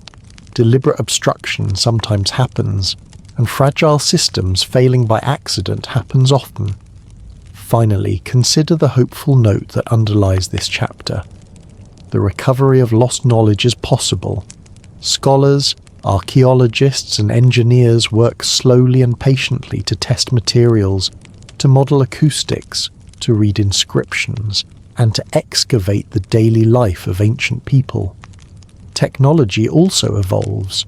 Tools for scanning, dating, and material analysis give us new ways to interrogate old stones. In some cases, what was once dismissed as fantasy becomes testable science. The interplay of curiosity, patience, and method can resurrect ideas from the rubble, or at least explain why they lived and why they were forgotten. Chapter 12: Ritual, Resonance, and the Human Experience. Breathe in slowly and let the air move gently through you as we step into a quieter room of the pyramid story, one filled with footsteps, breath, song, and scent. Tonight we explore an idea that sits comfortably between material fact and lived experience: the pyramids and their surrounding spaces as places of ritual, acoustic design, and human encounter. We will wander through the ways people might have used sound, procession, and sensory practice inside and around the monuments, and how those practices could turn a static stone mass into a living stage for the most intimate and communal moments of a culture. Imagine approaching the plateau at dawn. The horizon is soft and pale. The silhouette of the pyramid cuts the sky like a slow, sure breath. People gather, craftsmen, priests, families, each carrying tokens for ritual, small jars of oil, woven mats, simple instruments of percussion or flute. They move with deliberation. Processions in ancient cultures were rarely chaotic. Each step is measured, each turning point remembered by story or marker. As we walk with them, notice how the landscape itself participates. The stones underfoot retain the day's cool, the wind arrives with a thin, salt-dry voice, and the light slips along the faces in bands that last only a few minutes. These temporal moments matter. They make the mountain of stone a calendar as much as a structure. Ritual in ancient Egypt was not only about spectacle, it was a technology of meaning, a way to keep the social fabric coherent and to bind the living to the world of ancestors and gods. The pyramid, in that sense, functioned as a focus for ritual energies, both symbolic and practical. Offerings were carried into courtyards, incense was burned to cleanse the air, and priests chanted names and genealogies in rhythms repeated until they entered the body as felt pattern. Sound shapes experience. A long sustained chant in a passage with reflective stone will change in texture as it travels, producing echoes, standing waves, and subtle beats that the human ear and body register not only as sound but as physical presence. Imagine the low tones of many voices chanting a name or a formula. The sound pools in the grand gallery and seems to touch the ribs, sinking breath among those present. This bodily synchronization, shared breath and pulse, creates communal calm and a sense of aligned intent. In modern terms, ritual acoustics are a technology of social cohesion. Consider the interiors for a moment. The Grand Gallery, with its long slope and smooth faces, is not acoustically neutral. Long corridors emphasize low frequencies, letting them stand longer, while chambers with hard, flat walls produce clear, focused reflections. A chant that is somber and low can become thick and enveloping. A higher flute note might sparkle and dance along the walls, producing shimmering overtones. If ritualists noticed these effects, they could intentionally place certain rites in particular spaces to produce desired psychological states: calm, awe, mourning, or ecstatic release. This is not mystical, it is practical anthropology. Cultures around the world use architecture to shape experience. In caves, temples, and concert halls, geometry and materials shape how we feel. Sound is only one sense in this ritual equation. Smell matters too. The ancient Egyptians used incense, oils, and resin in many ceremonies. A small jar of frankincense heated on a brazier will perfume an enclosed chamber with smoke that softens light and makes breath visible. Scent ties memory to place powerfully. A single whiff can return a person to a childhood moment. In a sacred passage, scent can make a remembered line of chant more vivid, binding cultural memory to physical architecture. Light is equally significant. Many rituals were timed to specific solar events: sunrise, sunset, and the moments when light carves a particular line into a chamber or grazes a relief. A shaft of sunlight entering a corridor at a certain day of the year can be designed to touch a statue or illuminate a symbol for only a few minutes, creating a ritual hinge point. These temporal alignments turn stone into a slow clock and ritual into choreography with the heavens. Let us pause and imagine a small, intimate scene inside the pyramid's lower corridors. A group of initiates stands in a semicircle. The leader speaks a name in a low voice, and the group responds in a measured cadence. The sound rolls down the corridor, hits a concave surface, and returns a softened echo. The initiates close their eyes and feel the returning sound not only in their ears but in their bones. The leader then lights a small bowl of perfumed resin. The smoke rises slowly, carrying the scent of cedar and myrrh. A single narrow shaft of afternoon light slices through a slotted opening, gilding the smoke and turning it to a moving column of gold. An experience like that is not easily forgotten. It binds the person to a narrative of lineage, place, and meaning. From an experiential perspective, rituals can also serve practical ends. They structure labour and create social calendars, harvest rituals, offerings to ensure flooding, rites to consecrate tools, and commemoration of important leaders. Ceremonies around the pyramid could have served to integrate large labour forces, providing stops in the daily flow where chants and shared meals reasserted social bonds. In a pre-industrial society where cohesion matters for large projects like pyramid construction, ritual functions as much as religion. It is the grease that keeps enormous social machines running smoothly. Modern experimental archaeology has echoed these intuitions.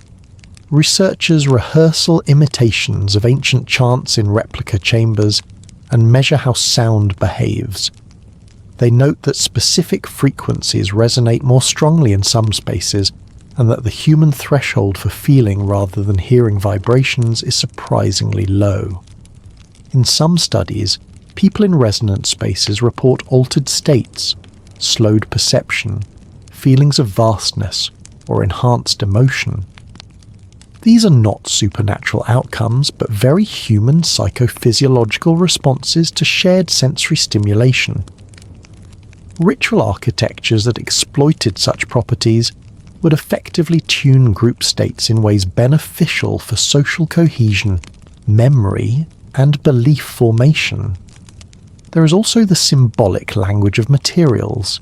Granite, polished and dark, reflects differently than pale limestone. Polished surfaces make light behave differently, reflecting a bright consciousness that can be used to represent the sun or a divine presence. The choice to line a chamber with quartz-rich stone could have been aesthetic, durable, or symbolic. Quartz catches light and may sparkle faintly, giving an impression of inner luminescence when touched by flame or sunbeams. Such tactile and visual qualities amplify the sensory experience and help materialize metaphors. Stone as flesh, light as spirit. This brings us to another layer. The politics of access. Not everyone enters every space. Sacred architecture often restricts who may pass through which door. Access codes, priestly lineages, initiation grades, gender rules, shape who experiences certain chambers and at what stage in life. The pyramid could therefore hold multiple experiential strata, spaces for public offering, areas for specialist rituals, and inner sanctums for the initiated. Each space scaffolds different knowledge, some practical, some ceremonial. This controlled dissemination of experience can preserve technical knowledge within specialist groups, while allowing the broader population to maintain faith and cohesion through more public symbolic rituals. A small, calming story again.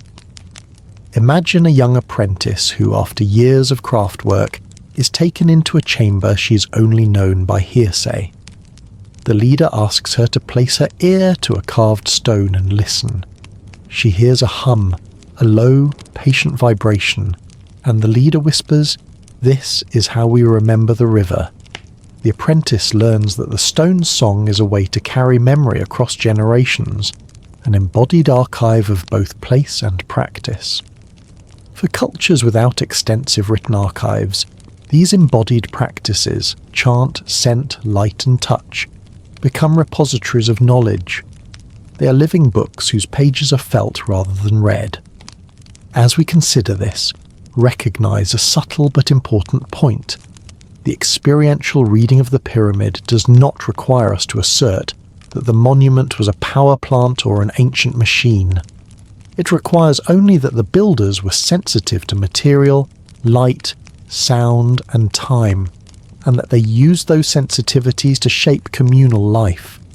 The idea that ritual practice can encode technical information in embodied form is plausible and widely attested in many cultures. Knowledge can be preserved in gestures, in seasonal timings, and in the alignment of stones. Finally, hold this thought as you breathe. Human beings create meaning through shared sensory worlds. The pyramids, then, can be read as masterworks of sensory architecture, places designed to be experienced, felt, and remembered.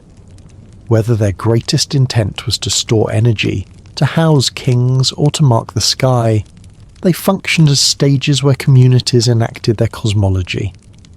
For a person in the warm hush of a ritual chamber, the monument was not inert. It was a living presence that shaped breath, song, and story. Chapter 13. Memory, Myth, and Modernity.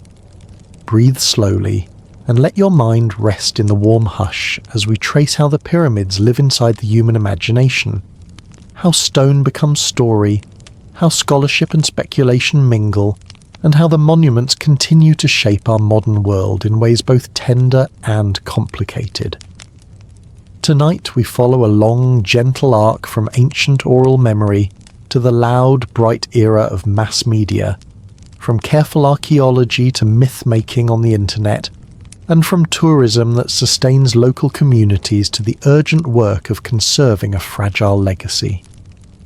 We will move slowly, laying each idea down like a pebble on sand, watching the ripples build. The pyramids first entered human memory as part of daily life. For the generations that raised and tended them, these structures were landmarks of ritual, labour, and identity. Stories about their origins circulated at hearthside, tales of kings and gods, of craftsmen proud of their work, of seasons marked by processions that threaded the community together. Oral memory shaped meaning differently than written records. A song passed down over decades might emphasize sacrifice. A teacher might encode technical measurements in chant, and a community's identity could gather around the monument as a shared anchor. In that way, the stones were living mnemonic devices, repositories of practical and cultural knowledge that people carried into everyday life. As literacy and record-keeping spread, the pyramids acquired new textual lives.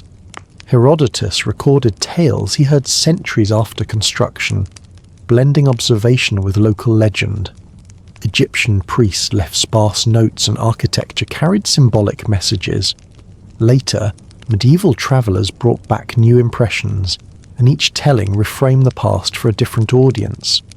Over time, the monuments accumulated layers of narrative that sometimes complemented the archaeological record and sometimes complicated it. Memory and material did not always agree, but both contributed to a fuller picture of how people relate to monumental things. Fast forward to the modern era, and notice how a new technology, printing followed by photography, film, radio, television, and now the internet, accelerated and amplified stories about the pyramids. Early photographers captured the scale and beauty of the plateau in grainy sepia. Filmmakers dreamed up scenes of adventure and discovery. Radio commentators fed public hunger for exotic tales. With each technology, the pyramids were refracted into new genres: scholarly monograph, pulp fiction, television documentaries, conspiracy videos, and blockbuster films. The variety is dizzying, and the effect is simple. When millions of people can see and share an image or a theory, ideas spread quickly and stick in ways oral histories once could not. This modern circulation has blessings and hazards. On the positive side, popular interest has driven funding for excavations, inspired careers in archaeology, and created global empathy for ancient cultures. People who watch a documentary or visit the plateau can come to care about the stones and the lives that created them. Tourism, when managed with thought and care, supports local economies. It pays for guides, for hotels, for food vendors, and for some forms of conservation. A family in a nearby town may depend on visitors for their livelihood, and the cultural exchange that occurs when people meet across language and time can be quietly transformative. But the modern era also brings myths that spread like fire. Sensational theories, aliens, ancient power plants, secret cabals thrive because they satisfy emotional needs, the wish for wonder, the allure of secret knowledge, and the human taste for dramatic narratives. In the internet age, confirmation bias finds a friend. Algorithmic feeds amplify content that provokes strong feeling, and that means spectacular claims can travel faster than careful nuance. A single poorly sourced video or an evocative but unverified photograph can seed 1,000 retellings. The result is an ecology where serious scholarship must work harder to be heard, and where curiosity can tip into credulity when not paired with method. Archaeology responds to this challenge with patience and method. Excavation is slow, deliberate, and often painstakingly boring. Sieving sand, cataloguing fragments, conducting chemical tests, and publishing careful papers. when new finds appear, an inscribed block, a worker's diary, a radiocarbon series. Experts test, replicate, and debate. Peer review can be slow, but it is designed to prevent leaps from evidence to fancy. The scientific approach values convergence, multiple lines of inquiry that point to the same conclusion. This is why the mainstream dating of the pyramids to the Old Kingdom rests on many convergent signals: pottery styles, administrative logs, worker camps, radiocarbon dates, and stylistic continuity across monuments. Yet archaeology is also open to revision when robust new evidence emerges. The history of science is full of tales where patient work overturned confident assumptions, but those reversals come through measurable proof rather than viral claim. The modern relationship between myth and material also affects conservation. Stone is durable, but not invulnerable. Air pollution, rising groundwater, tourism foot traffic, and the slow creep of salt crystallization threaten surfaces and joinery. Conservators must balance the desire for public access against the need to preserve.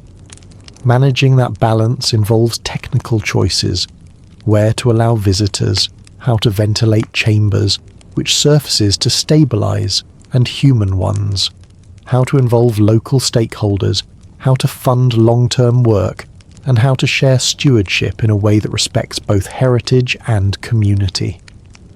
Projects that succeed often combine scientific expertise with local knowledge and priorities. When visitors encounter well-informed guides who explain both the wonder and the evidence, the result is deeper respect and better outcomes for the monument. There is also a human ethics that comes with interpretation. Popular narratives can either honour or appropriate the cultures that produce the monuments. Responsible storytelling seeks to centre the descendants of those cultures and to avoid exoticizing or reducing them to props in someone else's tale.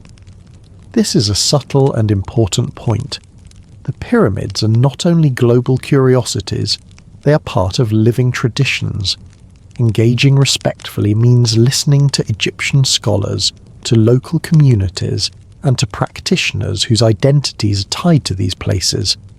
It means funding local museums, supporting education, and avoiding narratives that erase the voice of people who live closest to the stones. At the level of ideas, the pyramids have become lenses through which we project contemporary anxieties and hopes.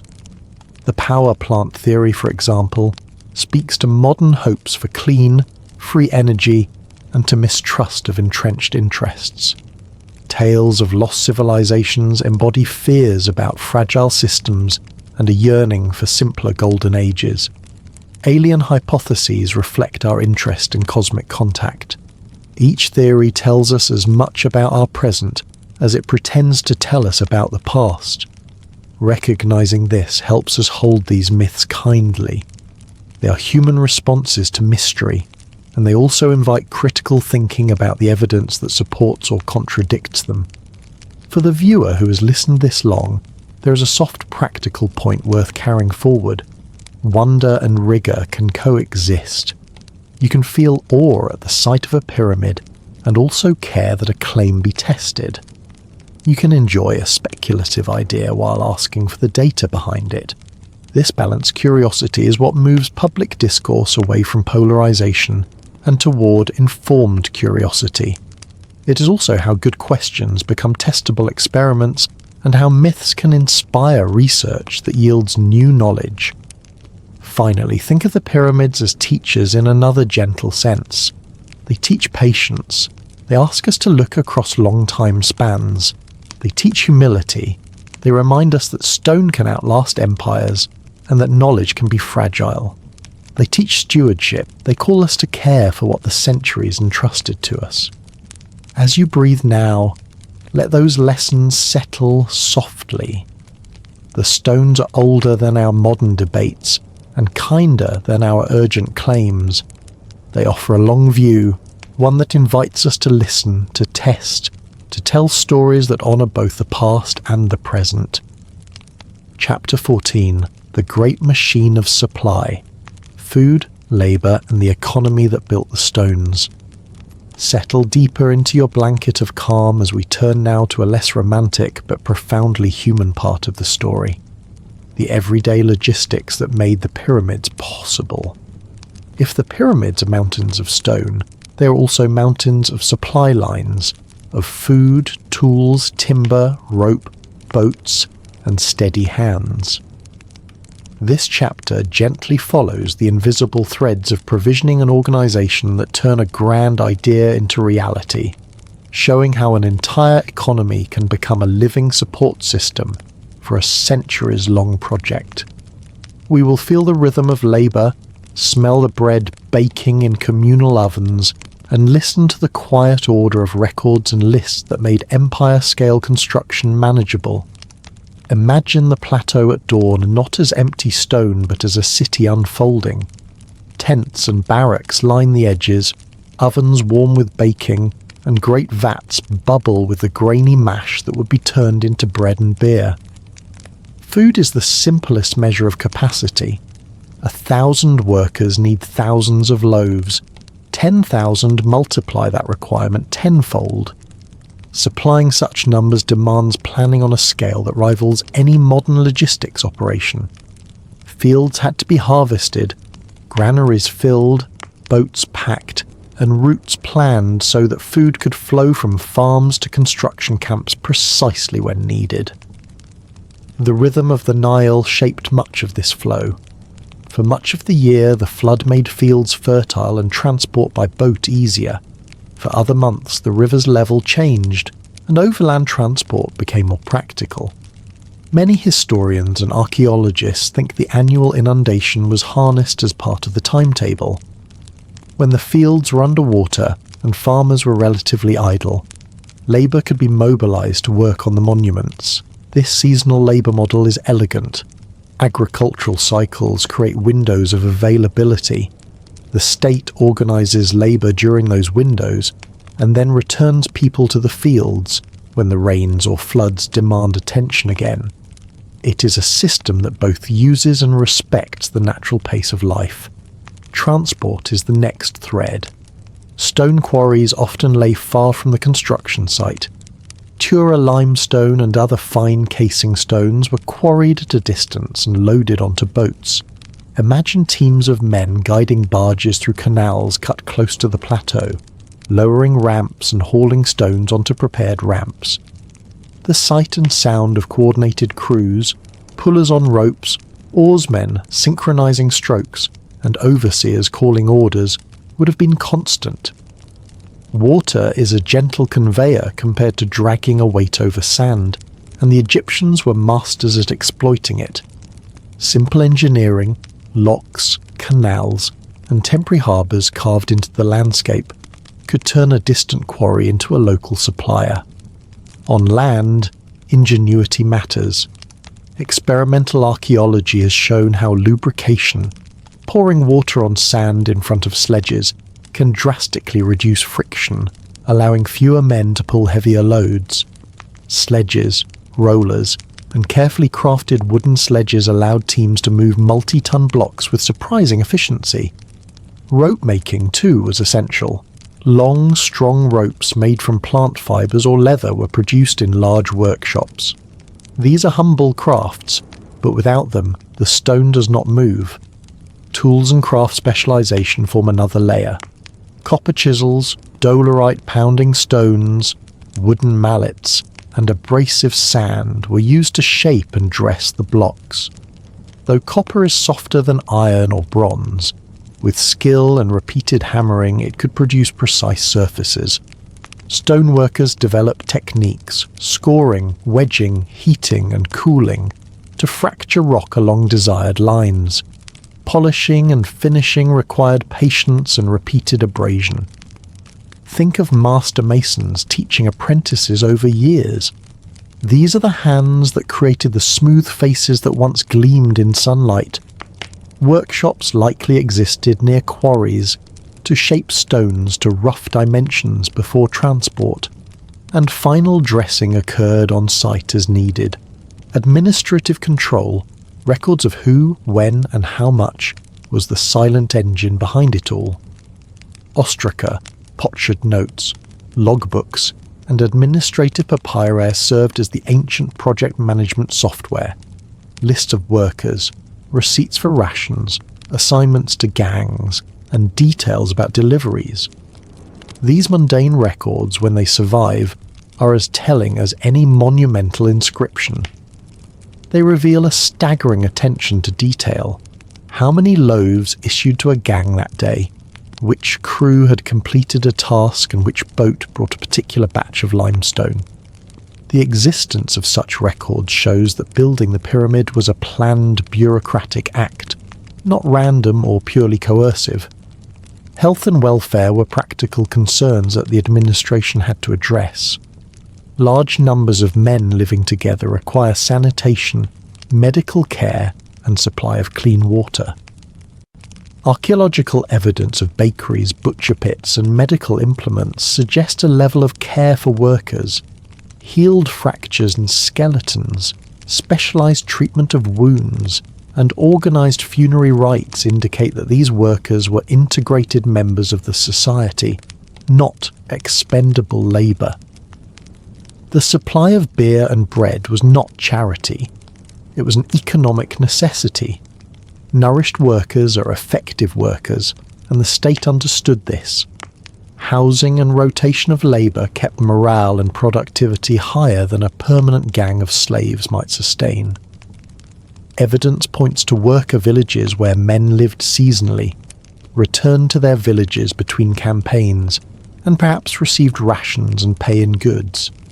This kind of system fosters skill transmission.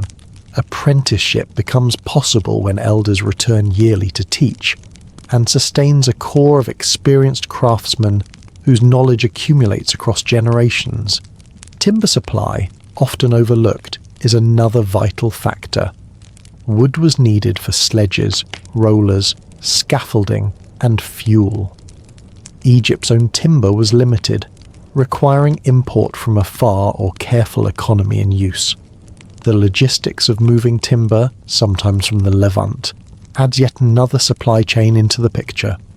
Each imported beam required coordination, negotiation, shipping, and payment. The complexity grows when you see the pyramid as embedded in a wider economy of trade and diplomacy.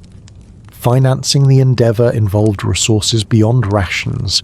Temples, land grants, and taxation supported labour and materials. The state's ability to mobilise resources through grain taxation, corvée labour, and storage reflects a sophisticated economic apparatus. The pyramid project was thus also a project of governance, a way for rulers to structure society, redistribute surplus, and assert control through public works that also held religious meaning. Finally, consider the social rhythms that such projects create. A generation grows up knowing of the pyramid's work as a repeated seasonal task. Fathers who worked become foremen, sons learn the craft, and rituals bind the labour to the calendar. The monument is not only a finished object, it is a long-lived social program that shapes culture, economy, and identity across decades. For a society to sustain such projects requires not just resources but shared purpose, stories, religion, and authority that make the labour meaningful. As you breathe now, imagine the steady hum of this great machine of supply. Boats sliding through early morning mist, ovens releasing warm bread, teams of masons tapping and polishing, overseers checking lists in the shade. The pyramids may begin with a vision, but they are realized in thousands of ordinary acts, in a network of people and goods organized into a living economy. Thinking of the monuments this way honors not only the grandeur of the stones, but also the daily labors that made them possible. The bakers, rope makers, boatmen, masons, and clerks, whose small tasks together built something that lasts across millennia.